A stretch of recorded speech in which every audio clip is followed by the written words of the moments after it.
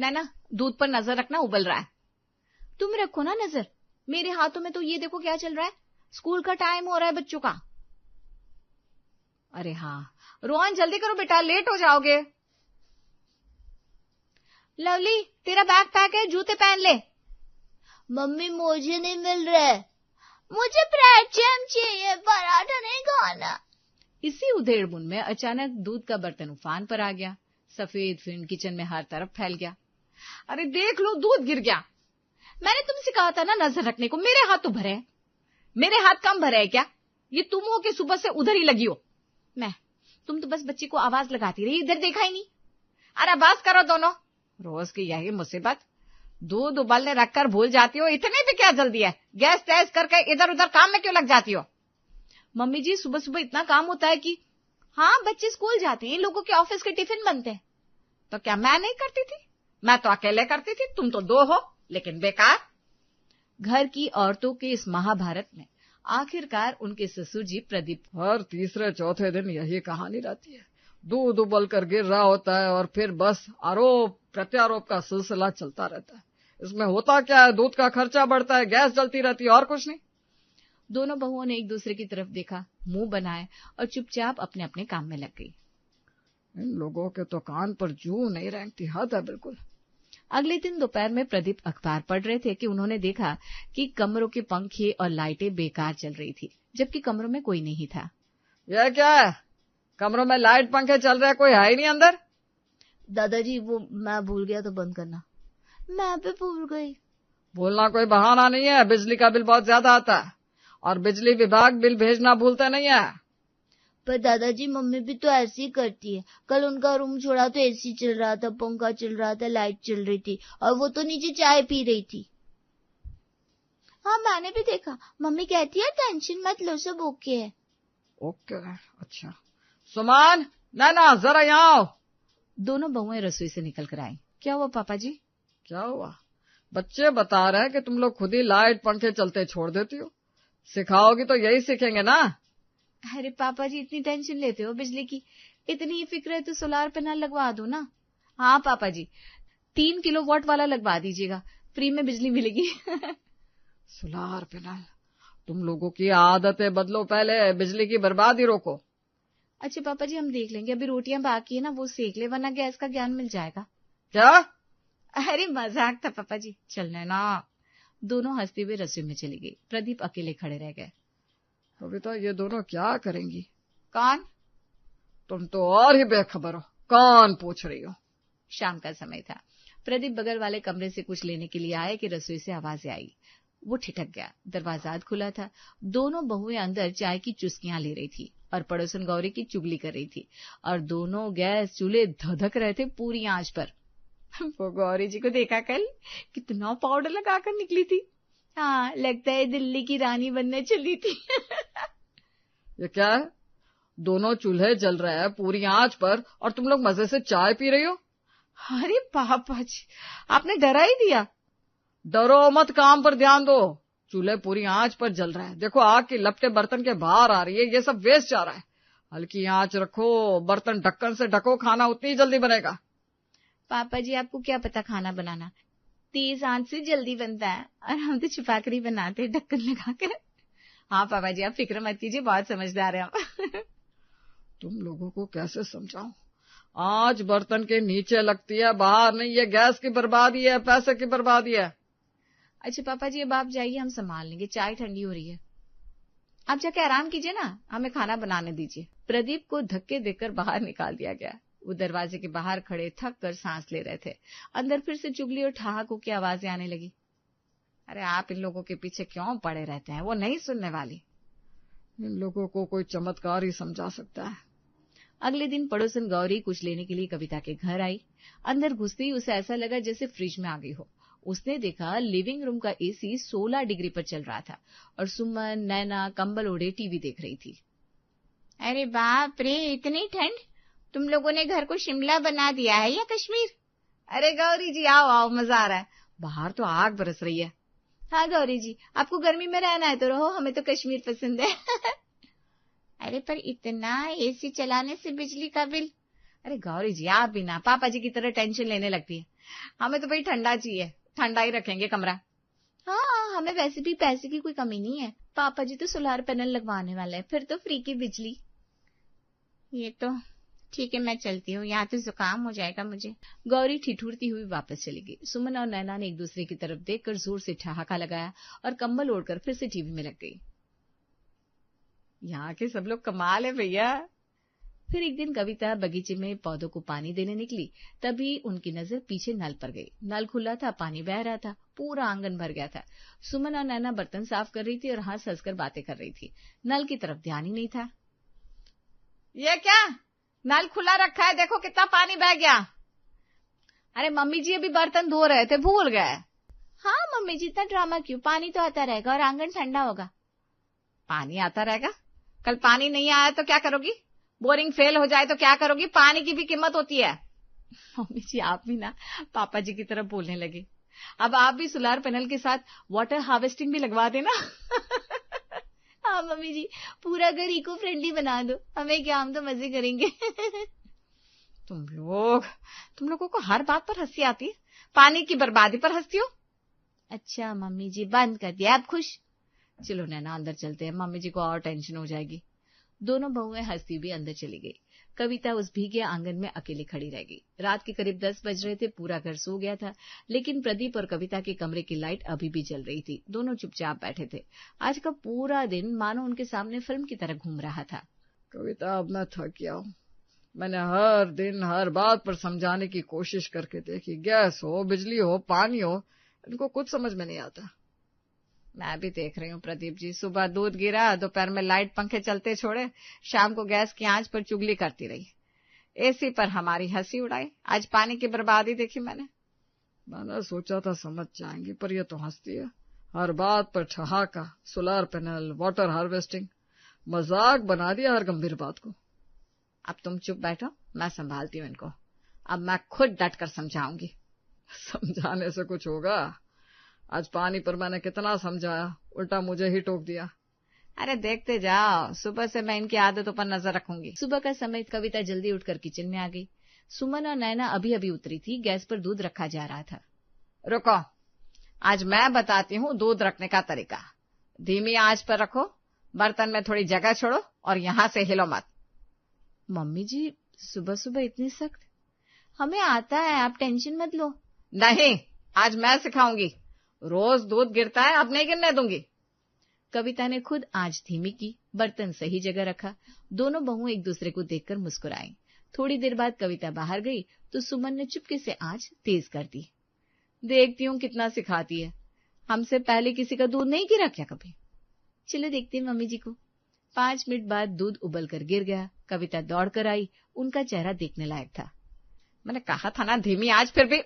Mummy जी दूध का क्या है, उबल कर गिर ही जाता है, आप ना कुछ ज्यादा ही सोचती हैं। कविता बेचारी चुप रह गई। फिर दोपहर में कविता ने देखा कि सुमन का कमरा खाली था, पर एसी 18 डिग्री पर चल रहा था, पंखा भी घूम रहा था, टीवी भी ऑन था। कविता ने सारे स्विच ऑफ कर दिए। तुम कमरे में नहीं थी, एसी पंखा टीवी सब चल रहा था। अरे मम्मी जी 5 मिनट के लिए तो नीचे आई थी, वापस जाने ही वाली थी। 5 मिनट? मैंने 1 घंटे बाद देखा। ठीक है मम्मी जी, अब ध्यान रखूंगी, इतना नाराज मत होइए। कविता जैसे ही मुड़ी, सुमन ने नैना को आंख मारी। दोनों फिर से हंसने लगी। कविता ने पीछे मुड़कर देखा तो दोनों चुप हो गई। शाम का समय था। संजीव और ललित ऑफिस से लौटे थे। दोनों कुछ टेंशन में लग रहे थे।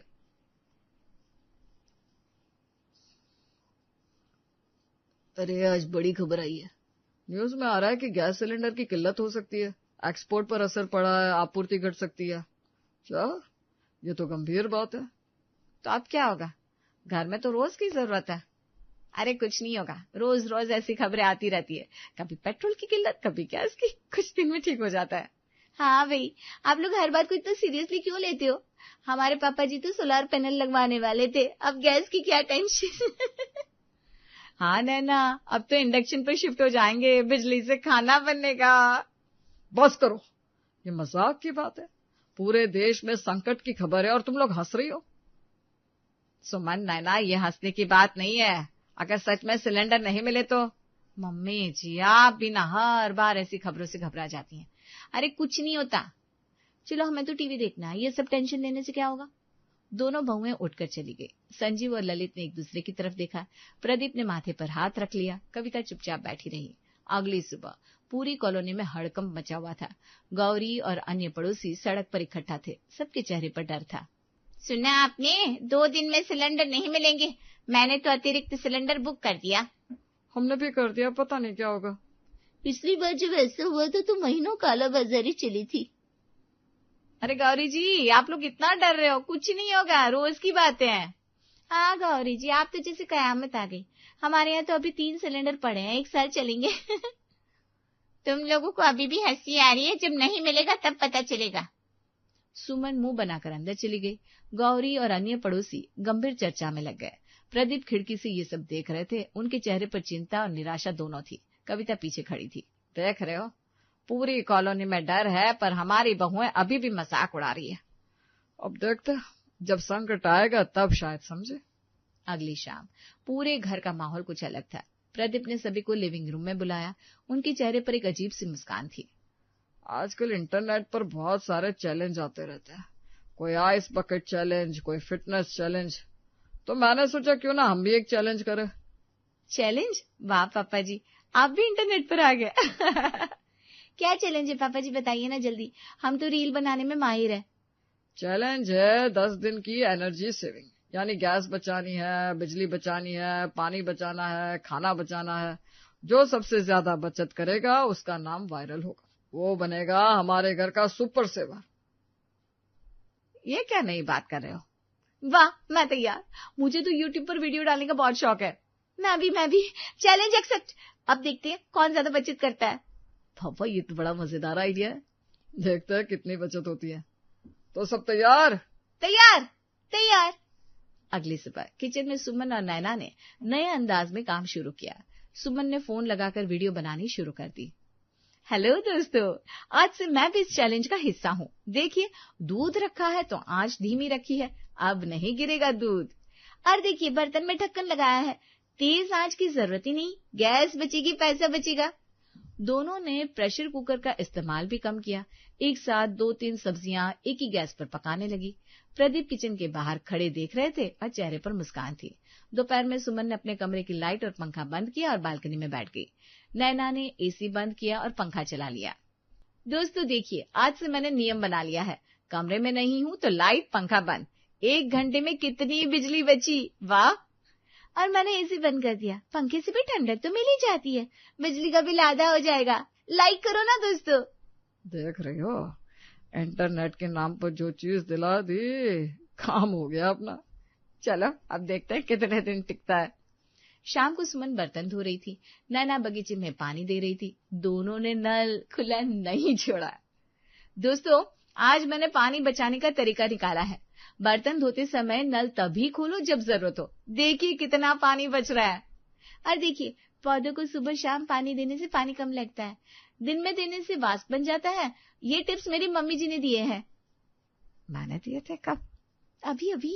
आप भी मेरे वीडियो में फीचर हो गई हैं मम्मी जी। रात की खाने का समय था। सुमन ने देखा कि रोहन ने अपनी प्लेट में ज्यादा खाना लिया है। रोहन बेटा, थोड़ा कम लो, बाद में और ले लेना, खाना बर्बाद मत करो। मम्मी, मैं तो भूखा हूँ। भूखा है तो बेटा खाना तो खाना ही है, पर पहले कम लो फिर और ले लेना। देखो, मैं भी उतना ही ले रही हूँ जितना खा सकती हूँ। और देखिए दोस्तों, रात का बचा खाना हम फेंकेंगे नहीं, कल सुबह नाश्ते में इस्तेमाल करेंगे। 0 फूड वेस्ट। मम्मी, मैं भी कम लूंगी। शाबाश बेटी। आज तो घर में कुछ भी बर्बाद नहीं हो रहा, बहुत अच्छा। चौथे दिन सुमन और नैना ने अपने वीडियो डाल दिए। कमेंट्स आने लगे, दोनों में होड़ लग गई। देखो नैना, मेरे वीडियो पर 2000 लाइक आ गए। लोग कह रहे हैं वाह भी वाह। मेरे तो 5000 आए। मैंने पानी बचाने वाला वीडियो डाला था ना, सबने शेयर किया है। अरे मैंने गैस बचाने वाला डाला है, अब तक 10,000 व्यूज। मैंने बिजली वाला डाला 12,000। अब तो देखिए इनके आपस में होड़ लग गई है। पापा, आइडिया कमाल का है। 5वें दिन रोहन और लवली भी चैलेंज में शामिल हो गए। दादाजी देखिए, मैंने अपने कमरे की लाइट बंद कर दी। वाह बेटा, शाबाश। और मैंने पानी की बोतल में बचा हुआ पानी पौधों में डाल दिया, फेंका नहीं। बच्चे भी सीख गए, अब तो मजा आ रहा है।